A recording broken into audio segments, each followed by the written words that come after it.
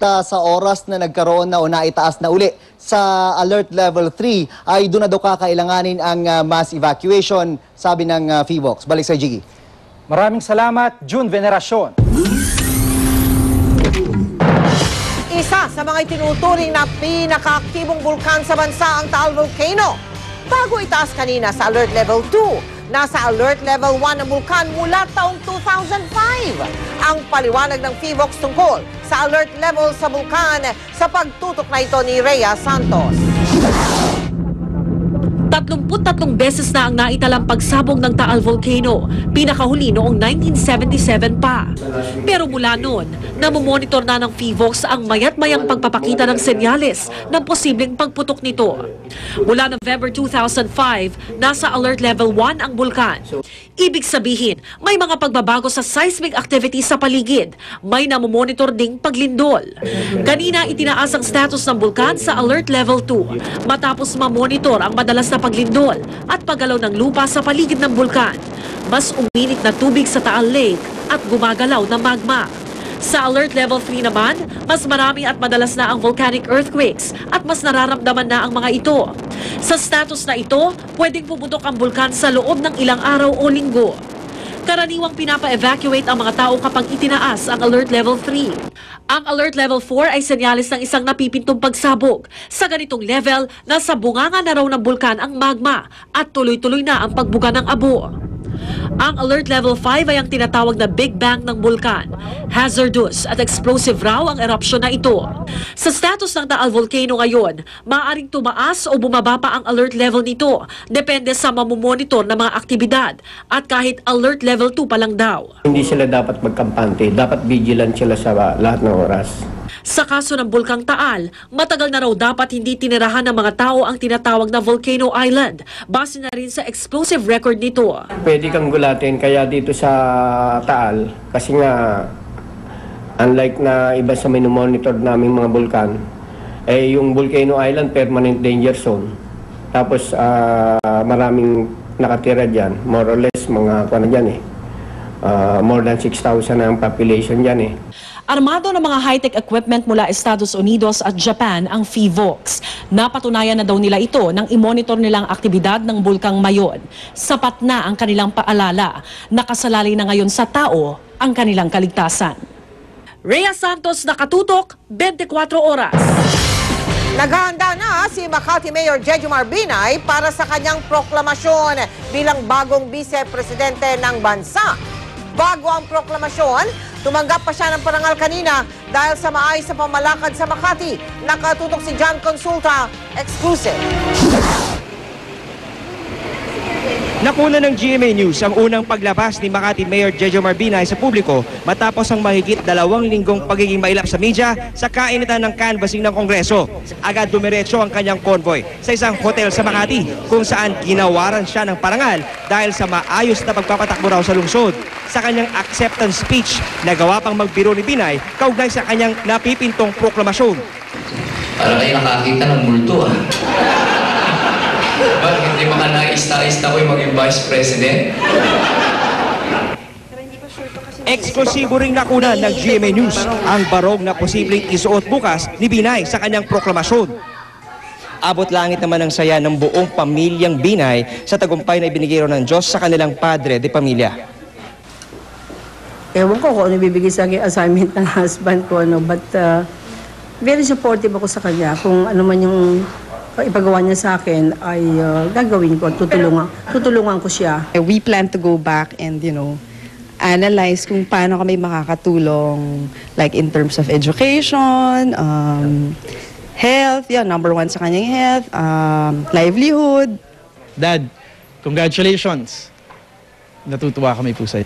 Hindi magpapahinga ang pamilya namin, hindi magpapahinga ang mga kasama namin doon sa patuloy na pagbabagong pinapangako namin pa. Sunod-sunod ang pagdating ng mga taga-suporta ni Binay. Ang ilan mula pa sa Iloilo at Capiz para lang bumati sa bagong vice-presidente ng bansa. Sa isang press conference sa kanyang bahay sa Makati, pinasalamatan ni Binay ang lahat ng mga tumulong sa kanyang kampanya. Pinasalamatan din niya sina dating Pangulong Cory Aquino at Joseph Estrada at Yumaong Fernando Poe Jr. pati ang kumparing si Senator Chis Escudero. Ayon kay Binay, igagalang daw niya kung mag-ahain ng electoral protest ang kampo ni Senator Mar Rojas. Sakaling italaga bilang gabinete ng Aquino administration si Rojas, ayon kay Binay, Pare-pareho naman kami tumitingala sa isang leader, no? Si Pangulong Noynoy. No? So, ako naman team player. No? At kung may ipapagawa sa akin, di gagawin ko. No? Nangako si Binay na kanyang sisikapin tuparin ang lahat ng kanyang ipinangako sa kampanya para iangat ang kabuhayan ng mga Pilipino. John Consulta, nakatutok, 24 oras.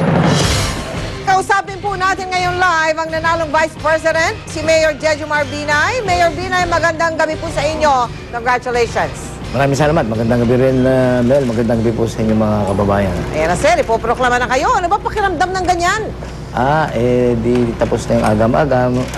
Yung hindi mo malaman kung ano mangyayari doon sa na ginagawa sa Kongreso. Pero sir, hindi pa ho daw umaatras si Senador Mar Rojas eh. At saka patuloy daw niya uusisain yung mga null votes. At maaari pa nga daw maghain ng electoral protest eh. How do you react to that? Alam mo, Mel, ito is we live in a democratic country, no? So, karapatan niya magprotesta, may proseso naman sa protesta. So, okay lang yun. Karapatan niya yun. Aha. Pero sir, kayo po ba ni Senador Noynoy nakapag-usap na? Hindi pa. Siguro pagkatapos itong mga interview sa akin, tatawagan ko si Pangulong Noynoy at congratulating ko naman tapos na yung canvassing. Aha. At ano ba ipapangako ninyo sa Pangulo? Tulad ng pagkapangako ko sa kanya nung bago pa mag-umpisa ang pagkakampanya na kung ano man ang mangyari, kami naman yung magkaibigan at kung kami magkakasama, makakaasa naman sila ng suporta sa akin at ako naman isang team player. Mayor Binay, saan pong bahagi o aspeto ng pamamalakad ng gobyerno sa tansya ninyo, kayo ay mapapakinabangan ng papasok na administrasyon?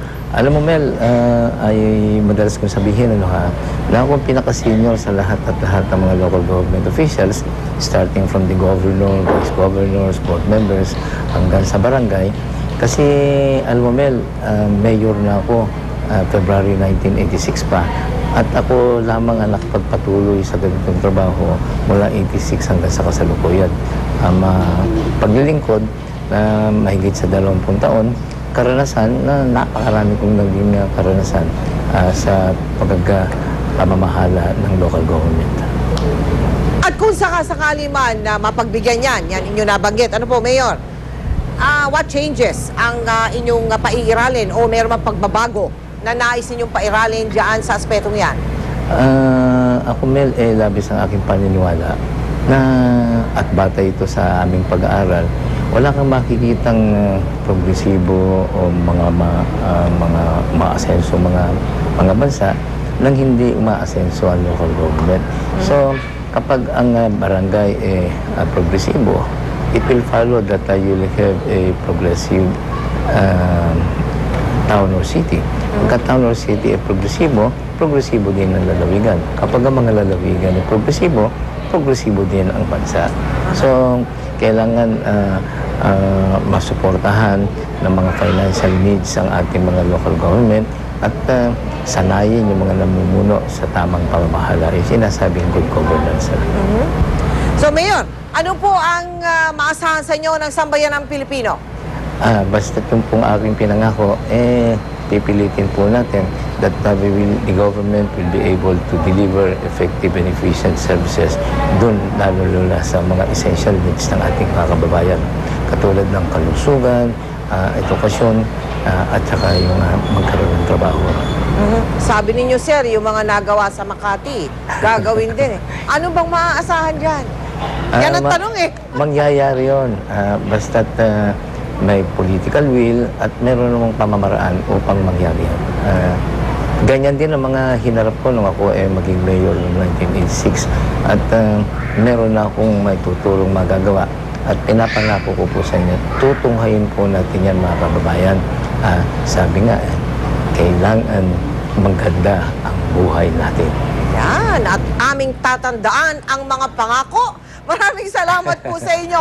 Mayor Jejo Marbinay ang ating susunod na Vice President. Salamat, Nel. Salamat sa inyo, Salamat mga din po. kababayan. Magandang gabi.